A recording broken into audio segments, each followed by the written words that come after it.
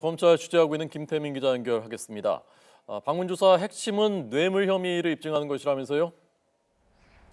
네, 검찰은 오늘 보강 조사를 통해 박 전 대통령이 받고 있는 뇌물수수 등 혐의 전반의 사실관계를 보다 세세하게 파악한다는 방침입니다. 그동안 혐의를 완강히 부인해왔던 박 전 대통령이 오늘 구속 후 첫 조사를 받는 만큼 기존과 다른 진술을 내놓을지가 관건입니다. 박 전 대통령은 구속 직후에도 끝까지 억울함을 토로한 것으로 알려졌지만 이런 태도가 구속을 자초했다는 분석이 지배적인 만큼 대응 전략 수정이 불가피할 전망입니다. 따라서 일부 사실관계를 인정하면서 쟁점의 여지가 있는 뇌물 혐의에 대해서는 이후 법리 다툼에 나설 것이라는 관측이 나옵니다.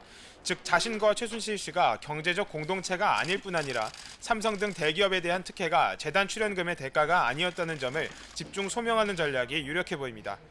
검찰 또한 마찬가지로 뇌물 혐의를 그 핵심으로 보고 세부 사실관계를 보강할 수 있는 진술 확보에 주력하는 방안으로 조사를 이끌어 나갈 전망입니다. 검찰은 대선 선거운동이 정식으로 시작되는 오는 17일 전까지 박 전 대통령을 재판에 넘길 예정인데요. 오늘 조사에서 나타나는 박 전 대통령의 진술 태도 등에 따라 앞으로도 몇 차례 더 조사를 진행하겠다는 방침입니다. 네. 우병우 전 민정수석 소환 조사 일정도 공식 확정됐다고요? 네, 어제 단독 보도로 전해드렸듯이 검찰은 모레 우병우 전 수석을 오전 10시에 불러 조사할 예정입니다. 이로써 우 전 수석은 지난해 검찰과 올해 초 특검에 이어 세 번째 소환 조사를 받게 됐습니다. 우 전 수석은 민정수석으로 근무하면서 주어진 직무 권한을 넘어서 공무원 인사 등에 과도하게 개입한 혐의 등을 받고 있습니다. 아울러 지난 2014년 민정비서관 시절에는 세월호 수사에 외압을 행사했다는 의혹도 받고 있습니다.